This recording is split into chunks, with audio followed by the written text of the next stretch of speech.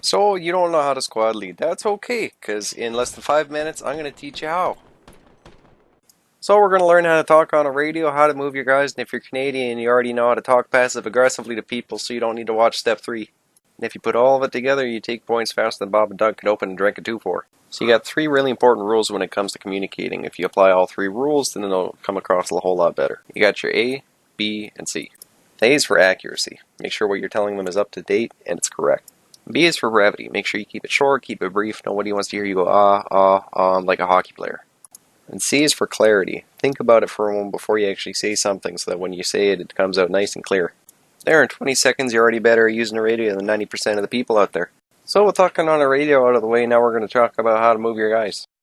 So as an example, we've got a place that we're attacking as a team. We've got some goobers up top, we've got some guys down below, and we're going to pretend that guy is actually with us instead of with another squad.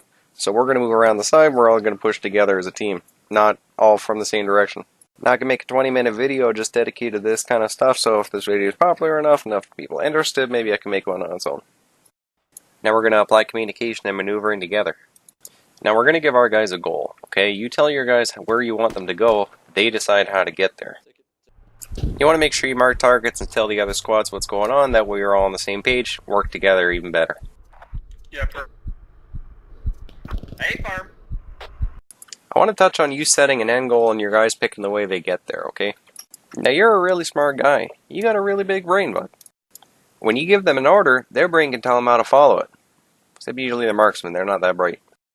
I'll tell you that when you're leading a bunch of guys, micromanaging is actually much worse than not leading them at all. Their brains are enough that they can figure out what to do on their own. Speaking about the squad composition, I made a handy dandy chart to show you brain sizes. Of course, this chart isn't 100% accurate. Sometimes medics are pretty dumb, but it's always accurate for the marksman. Just make sure you're not afraid to kick people out of the squad that aren't listening to you. I hope to see you in the game. Oh shit, I just wanted to what the hell?